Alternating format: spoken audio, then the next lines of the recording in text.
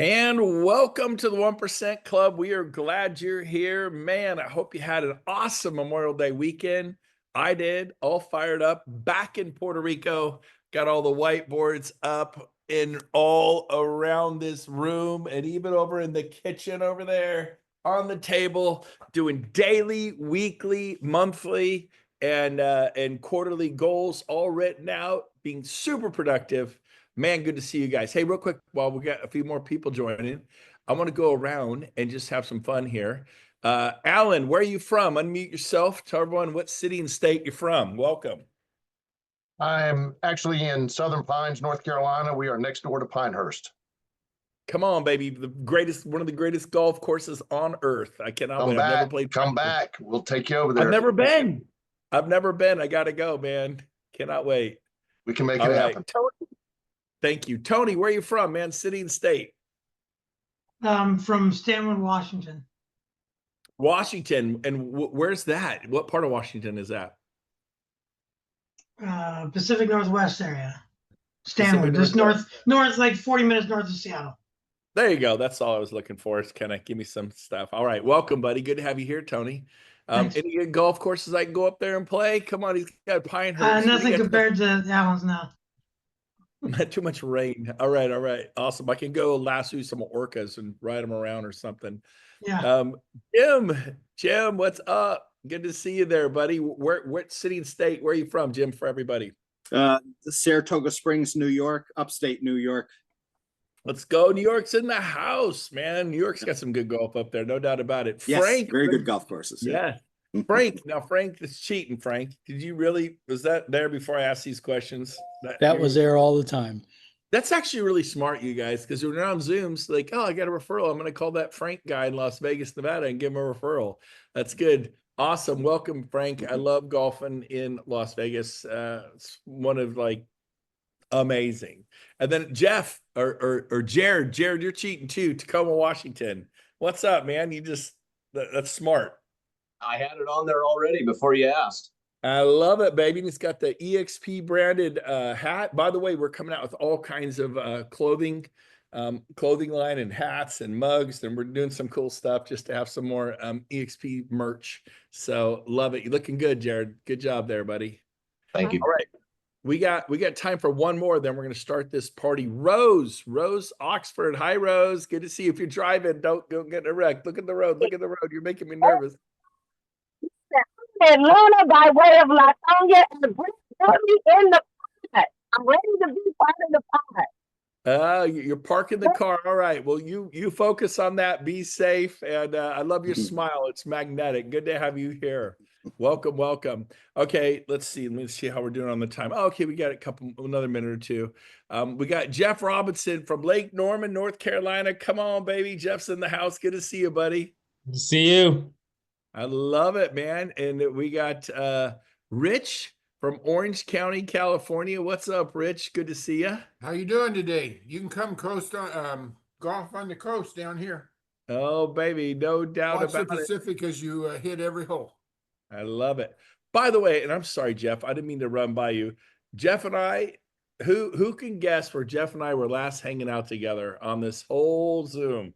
Jeff Robinson, Lake Norman, North Carolina. Not Jeff, he was with me, but where were Jeff and I hanging out last time we hung out together? Everybody know? Cabo? No, good guess. We were there too. We were Lake Norman, North Carolina. We were at the top of the Spanish Steps, baby, in Italy. We were in Rome together, man. Rome. Awesome. Like gladiators. Stuff, and he's like, we're here too. So I'm like, dude, come to the top of the Spanish Steps. And he and his wife ran over there, and it was fun, man. We get to hang out and see them. Amazing. And then they went to the Amalfi Coast, and but it was fun bumping into you, man. Did you guys have a good time? We had a great time, man. I can't wait to go back. I should have stayed in Rome a couple days longer. It's amazing. We did. We were in Rome for like 6 days, man. It was, of course, being there when they got the new Pope, the place was just electric. It was really cool. All right. Well, let's get this party started. So today I want to talk to you about vision. Vision will push you forward, pull you through valleys of despair, move you to heights of inspiration, help you break ceilings that you didn't know existed. Vision will pull you. You want to be pulled into your future. But the problem is some people never sit down and dream up a vision. What's it take? It takes this, a pen, and a cup of coffee, and a river, a lake, a mountain. It takes getting away and going, man, what do I want my life to be? If you're a young man, what do I want my wife to be like, right? If you're a young woman, what do I want my husband like? What's that look like? Well, if you're Jared Davis, how many properties do I want to earn? It starts off with, you know, maybe I'm going to buy my first property. In fact, Jared, I can't resist you. You always come on, unmute yourself, just for learning purposes. Was there a point where like, I just want to buy my first house? Do you remember buying your first house? Like, can I do this? And you decide, how old were you? And So for the one I lived in, I was 18, and I literally asked my parents, "Can I buy my first house?" Because I lived at home still. I never even paid rent, and I was like, "Can I afford a mortgage?" And that was the first one that I lived in. I was 18 for sure. and what did they say to you? I think they were just like, man, if you're smart and you make the money to do it, like just be smart and pay your bills. I mean, I'd always paid car payments from the point where I was like 15 on, and I paid for my cell phone from 15 on. I paid for the insurance and gas. So I'd already paid like normal bills. You know what I mean? My parents never gave me anything. So, at the end of the day, once I bought the house, it's just one more bill to add in, I guess. It felt normal to me at 18. Now I look at 18-year-old kids and I'm like, how the heck did I own a house? I know. What were you doing at 18 that you were able to qualify for a home loan? What was your job? I sold advertising back then. So it was full commission ad sales, which it was a commission gig. But I think that's why the economy crashed, is they were giving loans to people like me at 18, right? I mean, I barely had 2 years of pay stubs and they gave me an FHA loan. What year was that there, Jared? It would have been like 2010, I think. Would have been like 9, 10, like right before everything hit the crapper. Yeah. They were doing stated income loans, Fogomir loans, all that stuff. And then real quick, and we'll move on. And I know I pick on you a lot, but your story's it's noteworthy. When did you first go, I want to own 3 homes or 5 homes or 10 homes? What was that first goal? I mean, maybe it started with, I want to own 100, because today you own a lot more than 100. But yes, like, what was the next little peak that you saw after you bought your first home at 18? So I bought my second house at 23. They wouldn't let me keep the first one because I wasn't in real estate yet, and I was only making like 60 some grand a year. So they would not let me float both loans. So I had to sell the first one, which I sold at a loss, mind you, because I had bought in the only time in history where you could have bought a house and sold it at a loss, and that's okay. So I sold it at a loss. I bought the next one, and then I got my real estate license. I sold for a couple years, and then I said I want to start flipping houses so that I can build into rentals. I flipped 2, so that would be 4 properties total in. And then at that point, I got approached about buying an 8-unit apartment building. So when most people say like, well, what was your first rental house? My first rental house was actually an 8-unit apartment building. I paid $850,000 for it, and I went 50-50 with a business partner. So that was the first rental buy that we had, which we just sold in January. We made $1 million, and that was after we had refinanced all our money back out 5 years ago. That's nice. Congratulations. So you said yes to yourself. You had a vision and you just executed on it today. Are you at 200 doors yet? I know you've been knocking on that door. No pun intended. Yeah, I'm 244 with 57 set to close June 20th. If all goes well, we're assuming a Freddie Mac loan, which if you've ever done an assumption, is a nightmare. But if we get the assumption done, that will put me at 301 rental doors, not counting personal houses or flips. So he's moved on to a lot of multifamily. It's a quicker way to scale and more manageable. That's awesome. Awesome. Right on. Well, today's talk is about vision, but it started with him buying his first home at 18, which he lost money on, getting another one at 23, and he made a little bit, but then really the opportunity came after he did a couple flips, and then there was this 8-plex that fell in his lap. So everyone write this down. You ready? When opportunity comes, it's too late to prepare. You didn't think I was going to say that, did you? You thought I was going to say when opportunity and preparedness meet, that's when you have success. What is success? When opportunity and preparedness meet. What is not success? I like this term. I like this better. When opportunity comes, it is too late to prepare. So what are you doing to prepare yourself now if you want to get married? What are you doing to prepare yourself now if you want to sell homes? Like, what are you investing into you, right? And so that's a really important thing. So I wrote down vision, goals, dreams, vision for your life. I came up with the 3 most powerful, ask ChatGPT, so I cheated, but the 3 most powerful vision speeches of all time. And it's ChatGPT. It can't be wrong, but it could be. But I'm going to go in reverse order. Number 3 was, and this is just what it sees that people search, what it feels that people are interested in. It's John F. Kennedy in his inaugural address, which was not the famous "We're putting somebody on the moon." That wasn't it. At first I thought, oh, the man on the moon speech. Nope. It was the inaugural address in 1961. And he put, ask not what your country can do for you, but ask what you could do for your country, which was really powerful. And it was basically the vision. It was a call for civic responsibility, global cooperation, and leadership in a time of Cold War tension.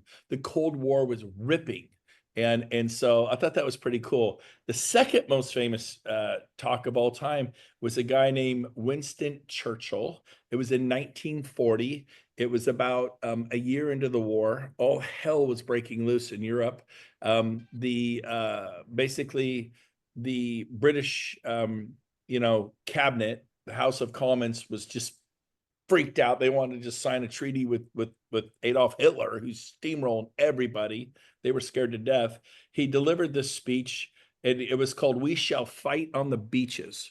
That was the name of this speech. We shall fight on the beaches, baby. And it was 1940, and it was delivered to the UK House of Commons during World War II after the Dunkirk evacuation. You know the story of Dunkirk. Every single able-bodied Englishman with a boat went across the channel and rescued soldiers that were going to be shot to death. There was nowhere for them to come, and they were just, the German tanks were rolling on them, and it was a massive win for England. They barely got off the beaches before they got wiped out.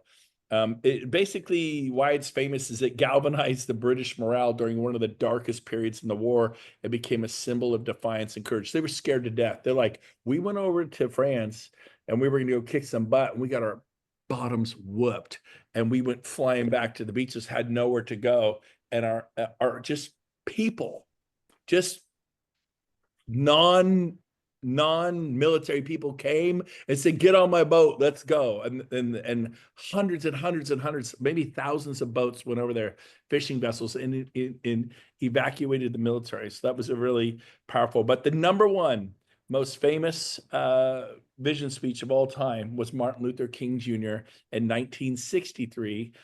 23 years later, after Churchill gave his address, and he said, I have a dream. It's this famous I have a dream speech. And the context was it was delivering during the March on Washington for Jobs and Freedom. And the vision was a future where people were not judged are judged by their content of their character, not the color of their skin. I'll say it again. His whole speech was where people would be judged by the content of their character, not the color of their skin. Pretty awesome. Why it's so famous. It was a defining moment of the American Civil Rights Movement. The speech continues to inspire a global movement of justice and equality today. So I want to ask you, we're not in a war with anyone today. Civil rights are as important as ever. All men and women are created equal, and nobody's better than anyone else. It doesn't matter whether you're male or female, what's your color. We all need to love each other and stand up for what's right. But what is the vision for your life? And I love this. I was thinking about this and I wrote this down. I think Zig Ziglar helps break it down to the most simplistic form, because it could be like, well, I'm not Abraham Lincoln, I'm not Winston Churchill, I'm not Kennedy, I'm not, Martin Luther King, the legend, what am I? Well, Ziegler says this, I love it. He tells a story of archerist Howard Hill, and he was arguably the most talented archerist of all time. Turn of the century, he'd enter contests, bow and arrow, the bullseye, and he'd win every time. He just was the Michael Jordan of archery. Long story short, he could hit the bullseye every time. He could pull the next arrow out, pull back. He had nerves of steel, 20/10 vision. It was not normal. and and he just release. He could hit the tip of the shaft, which he just hit the bullseye with, and split the arrow. He would not only hit the bullseye again, he'd split the shaft of the arrow he hit the bullseye with. I mean, the bullseye's this. He's hitting that, and he's splitting the shaft every time, and nobody would compete with him. It'd be like one-on-one with Michael Jordan, the legend. Like, you're not going to win. Michael's going to thump you. And it's like, what's the point? And so he got to a point where he couldn't compete anymore. And the point of the story, Zig Ziglar says this. He says, I can have all of you shooting better than Howard Hill in about 3 minutes. And you're like, Zig, that's crazy. The guy was the most talented. He's, nope, 3 minutes, every one of you would beat him. Like, that's the most ludicrous thing we've ever heard. He says, provided we blindfold Howard Hill, spin him around and around, stop him in no particular direction, leave the blindfold on, and said, let the games begin. How many think you could beat Howard Hill in a contest? Well, of course you can, because you're the only one who could see the target, the vision, the goal. Like, well, that's not fair. Precisely. And so many Americans and people globally run around without a vision, without a goal, without a dream, without purpose, and they're existing. They are living that life of quiet desperation. They kind of, it's I love that saying. It's been said, a man or woman sometimes dies at age 25 and they're not buried till age 85. When did you give up? When did you give up? And you got to fight. We will fight on the beaches. We will not be denied. And so this is your moment. So I want to encourage you to stop going through the motions of life with like a blind man, like a blind woman. Like, get really specific. So I have some questions for you. What are your visions? What are your goals for, number one, your faith? I was listening to a sermon yesterday online. We got in late into Puerto Rico. We're going to get up, go to church in the morning, and we woke up when church was starting. I set my alarm and I messed up the alarm. I don't know, but we missed church. Okay. Don't judge me. We took quick showers. We came out and got coffee, had a little light breakfast, and we watched it online. And we attended in Puerto Rico Summit Church. They're out of North Carolina. And Pastor, I think JD, he was talking about the book of Exodus.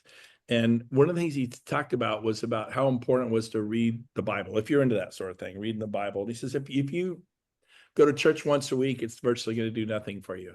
If you read the Bible 2-3 times a week, it's virtually going to do nothing for you. He says, studies have shown if you read it 4 or more times a week, 4 or more days a week, 4, 5, 6, 7 days a week, it'll do amazing, incredible things for your life. And then he listed off all the wonderful benefits of it. I should have, I think I took a picture of it, but it was pretty cool. Like, wow, it made me, again, if you're agnostic or atheist, I love you. You're cool. But for me, I'm a Christian, and it made me want to read my Bible every day. And I've always read it, but I got to admit, there's weeks where I've read it once or twice or 3 times a week. There's weeks I missed. You admitted that? Yep. But I've always been into it. But now I'm like, oh, this makes sense, man. Just don't miss. Just find the time. If that's the number one thing in your life, and it is for me, but sometimes we could say, yeah, my husband, my wife is the number one thing in my life. And then we mistreat our husband and wife. We're not kind to them, or we're angry, or we're short-tempered, or whatever, we're not being patient. And my kids, they're so important to me. Why'd you yell at them? I lost my cool, so it doesn't mean, it means you're human. It's not acceptable. It doesn't justify what you did. But so, in the area of faith, so what's the best way to really see an impact with your vision? Like, you had the vision, the goals, but then how do I get there? Tony Robbins said this, and I was able to speak to 100 leaders around the world for EXP today. This man right here says there's no more power transformational agent in the world. Like the Matrix, is it the red pill, the green pill, take this pill, take that pill, everyone's a pill. The most powerful thing in the world, there's nothing more powerful than proximity. Get around people who are going where you want to go, who are doing what you want to do, who have your same faith, if that's important to you. If it's not important, then leave it alone. For me, it is. And your same political views. I think it's important. They say, don't talk about religion and don't talk about politics. in my opinion, the two most important things you can talk about are religion and politics, period. They are the most important things you can talk about. But the world's like, oh, no. Don't talk about eternity. Don't blah, blah, blah, blah, blah. Don't do that.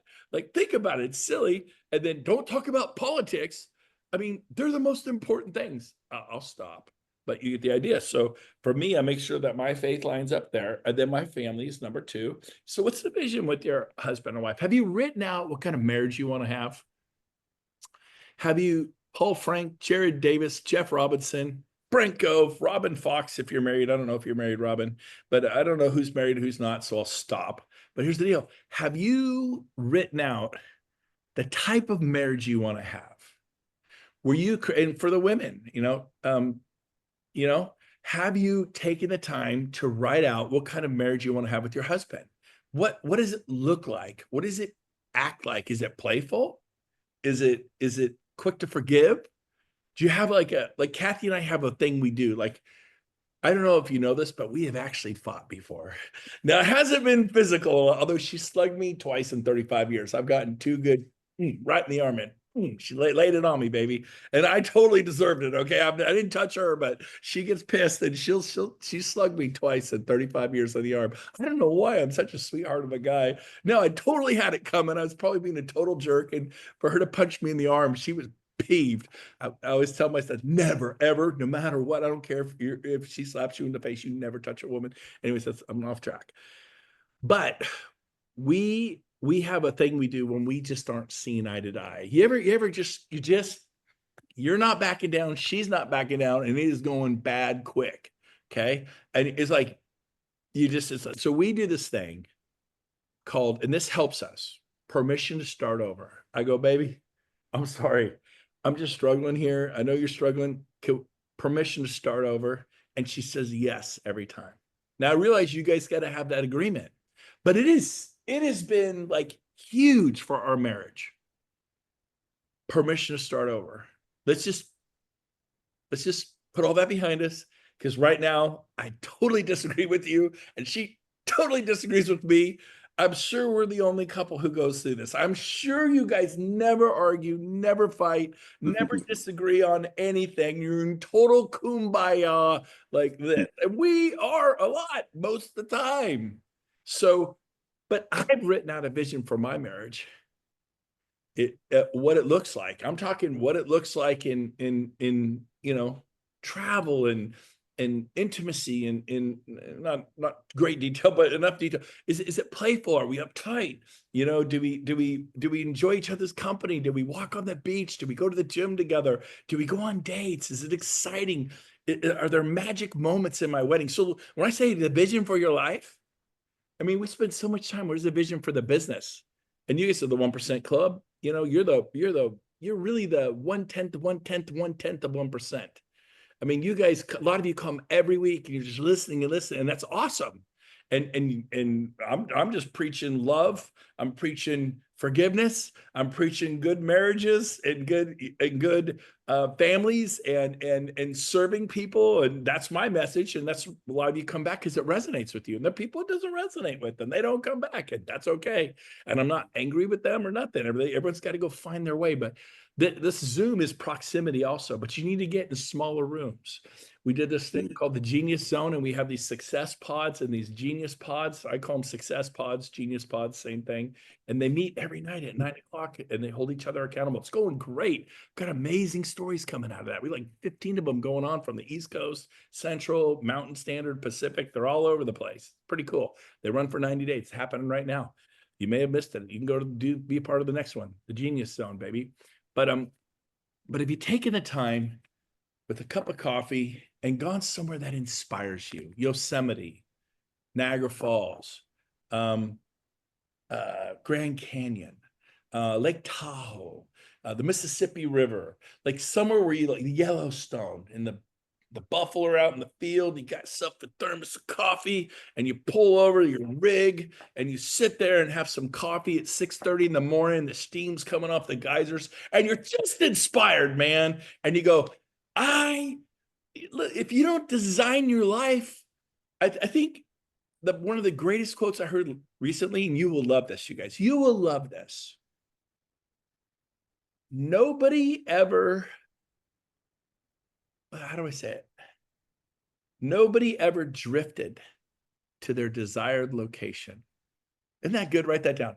Nobody ever drifted. Like when Howard Hughes, I think was his name, climbed. No, Howard Hughes was the guy who built the airplane, but I can't remember. I can't remember his name. But the first guy to climb Mount Everest.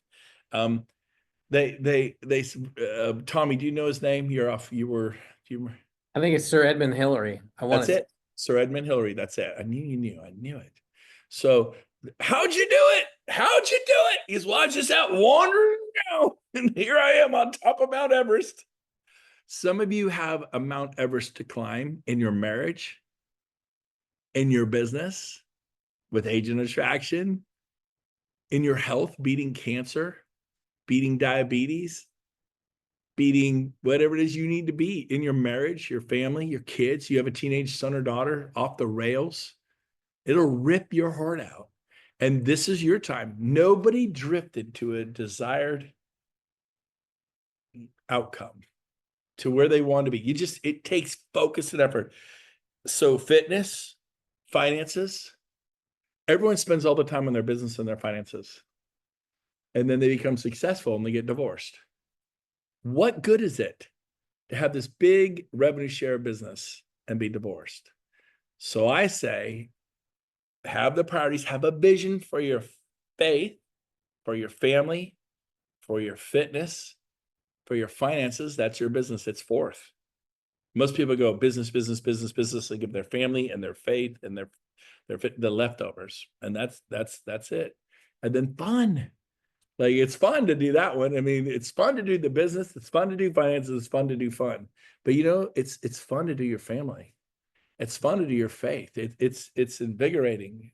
What kind of body do you want to have? Fitness. What kind of faith? Clark Broom, unmute yourself.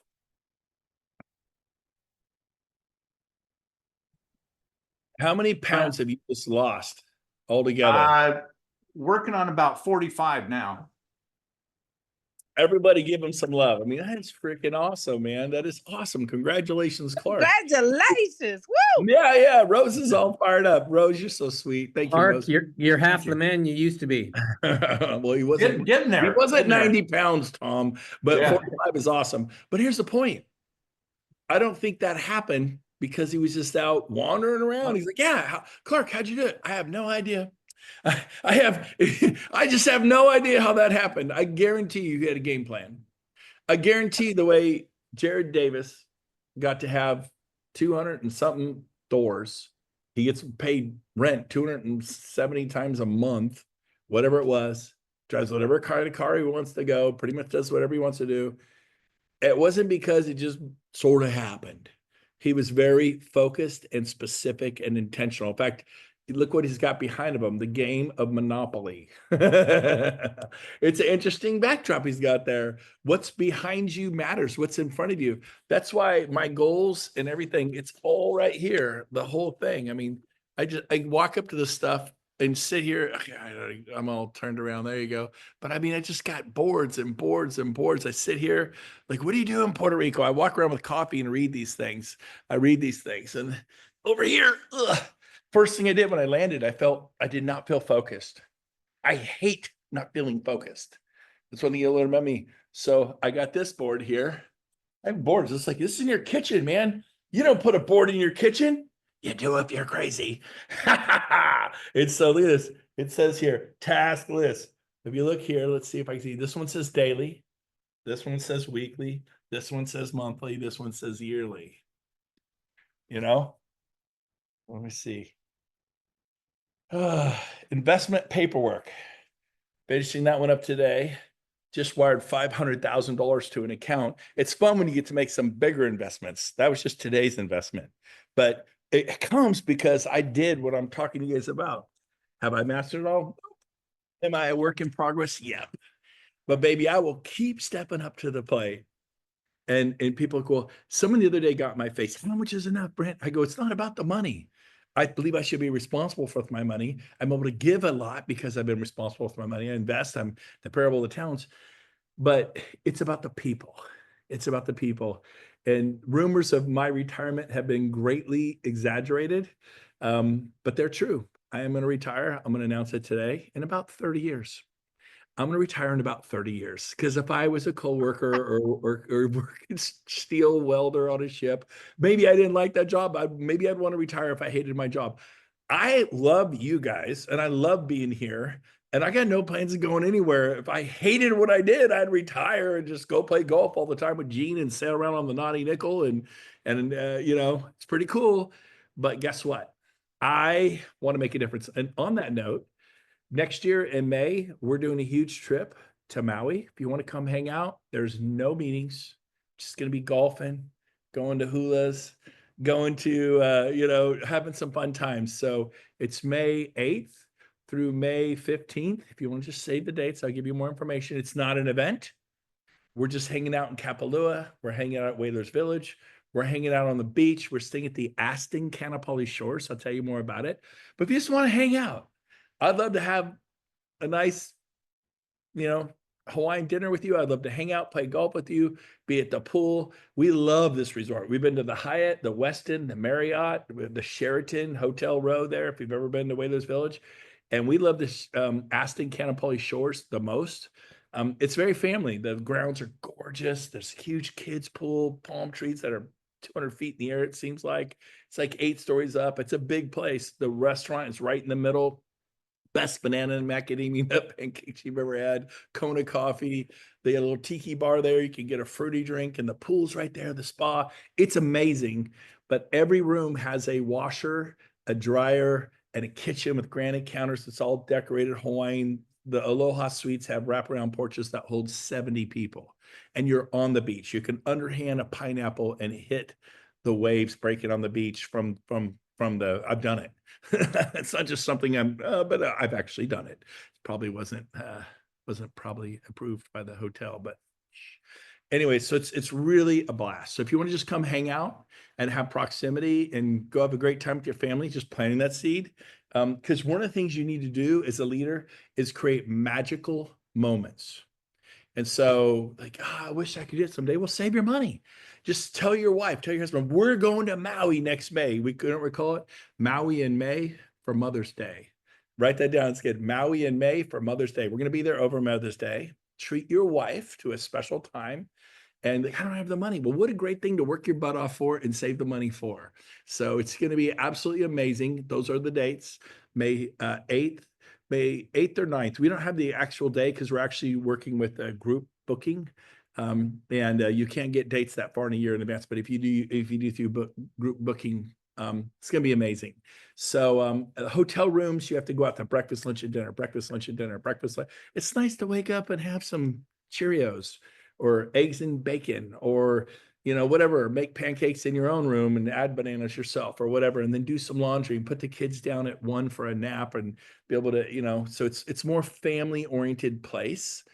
We absolutely love it. I've been to all of them. We're going back here. We've probably been there 9 times. That's how much we like it. We've been to all the other hotels. Aston Kanapali Shores, look it up. It's awesome. That had nothing to do with today's meeting, but it does have to do with vision. I'm giving you a vision to come hang out and just have fun together, man. Love you guys. That's it for today. We are doing Mastering Sales with Brent Gove in 6 minutes. If you want to stick around, you haven't had enough punishment and pain and craziness. I'll be back in 6 minutes. Going to go over a couple great sales tips to help you put homes in escrow to pay your bills and master the short game while you're playing the long game. Love you guys. Have a great day. And you feel free to stay on or bounce, whatever you have to do. But we start in 6 minutes, 5.5 minutes. Bye for now.